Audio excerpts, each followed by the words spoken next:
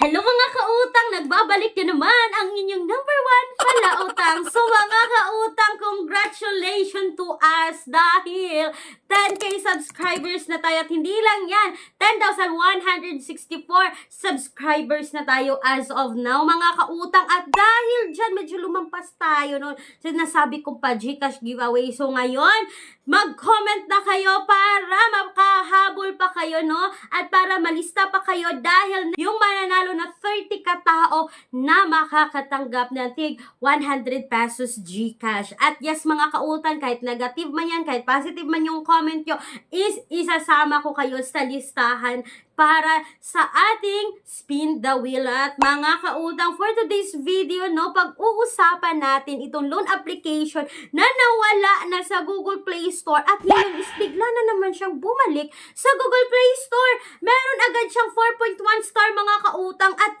88 reviews dito. At hindi ko siya napansin mga kautang, no, meron lang isa nag-comment dito sa akin channel at thanks to you ma'am. At sabi niya, ma'am, paki-review ng loan application na to dahil bumalik siya sa Google Play Store at 15 days na raw ito mga kautang, no? 15 days daw babayaran ang nasabing loan application na to. Yan yung sabi ng isang commenter ko. But bago yan mga kautang, bago natin subukan itong loan application na to, ay, gusto ko lang sabihin sa inyo, no, kung kayo ay naghahanap ng pangmalakihan, like kung kayo ay employed or self-employed, kung kayo ay guro sa mga private company, mga kautang, at naghahanap kayo ng bank personal loan, yes, mga kautang, meron lang kayo lahat ng mga requirements na kakailanganin. They offer minimum of 20,000, maximum of 2 million pesos. And please take note mga kautang that all applications submitted is subject for bank approval. For more details dito, you can email me right away, clariza@gmail.com. Hello mga kautang, welcome back dito sa aking channel. This is Clarice, ang inyong number one.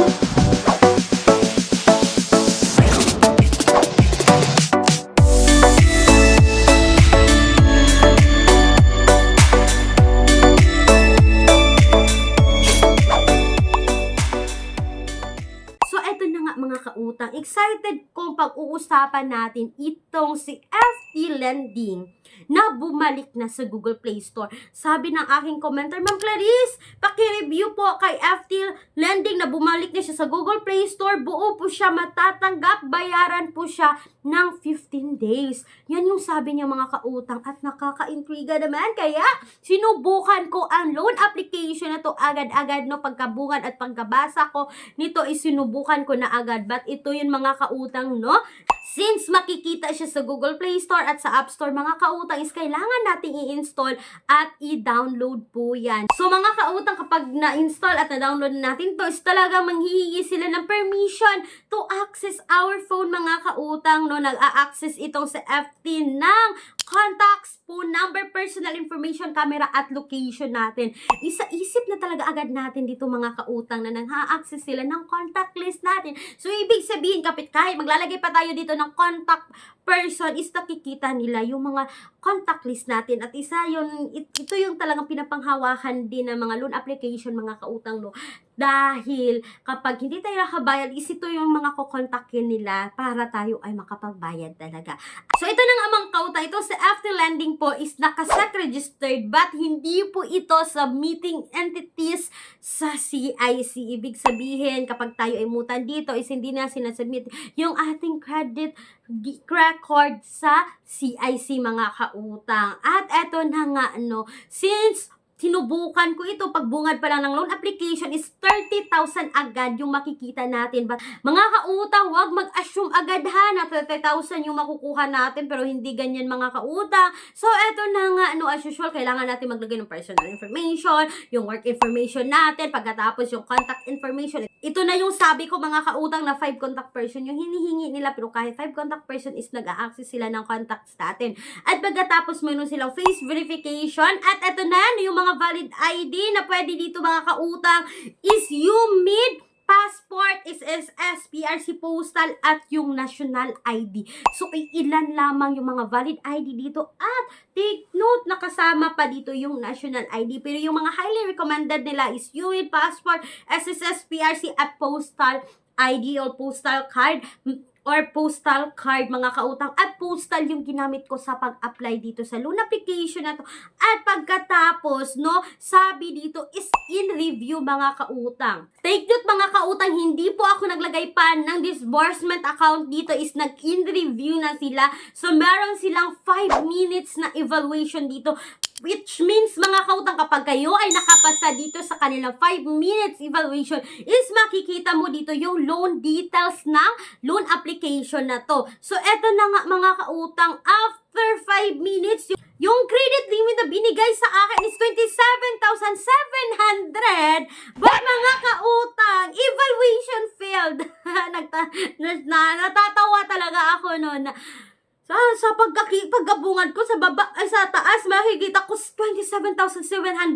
Pero evaluation failed mga kautang. So hindi ako na-approve dito kay FT Lending. Iwan ko ba kung bakit?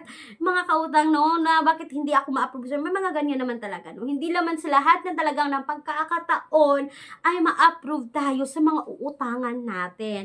So eto na nga mga kautang, since hindi ako na-approve dito sa loan application, at least nagbabasa na lang ako ng mga comments. No, sabi dito mga kautang, ito ay given noong November 18, 2024. Recent lang yan mga kautang. Sabi niya, easy loan application and super fast disbursement. I didn't expect they will approve my loan through it's only 300 pesos in first time. I hope will increase after repaying it. Thank you FT Lending mga kautang. 300 pesos yung unang hiram ng isang borrower dito, no? Ito ay given November 18, 2024. At ito na nga mga kautang, naghanap ako dito.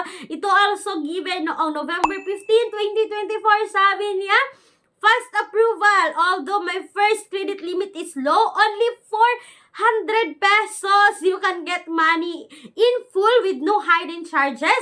I need to pay mga kautang 470 in 7 days. Thank you. So ito mga kautang, complete details talaga yung nag-comment dito. At thank you sa lahat ng mga ganyan na comment sa nagbibigay ng experience dito kay FT Lending. Sabi niya mga kautang, 400, buo mo ma-receive yung 400, babayaran mo ng 470 in 7 days. So, at wag magsyadong mag-expect na 30,000, 27,000, 300 at 400 nga lang yung first loan sa lahat ng na-approve dito kay FT Lending. At mga kautang, ang dami ko ring nabasa dito no, na katulad ko yung naging experience na na-auto-decline. It means hindi tayo pumasaka sa kanilang evaluation mga kautang, kaya na-auto-decline tayo. So mga kautang, sana po ay nakatulong itong video na ito about kay FT Lending, at salamat din sa isa ko kung commenter na nag-comment na bumalik na si FT Lending dito sa Google Play Store. At since na nga mga kautang tayo ay na-decline dito, may mga alternatives loan app tayo no, na pagpipilian na hindi din kailangan i-install, hindi kailangan i-download. Sabi ko nga kanina, is maglalagay ako ng link sa description box or sa pen comment section ng video na ito.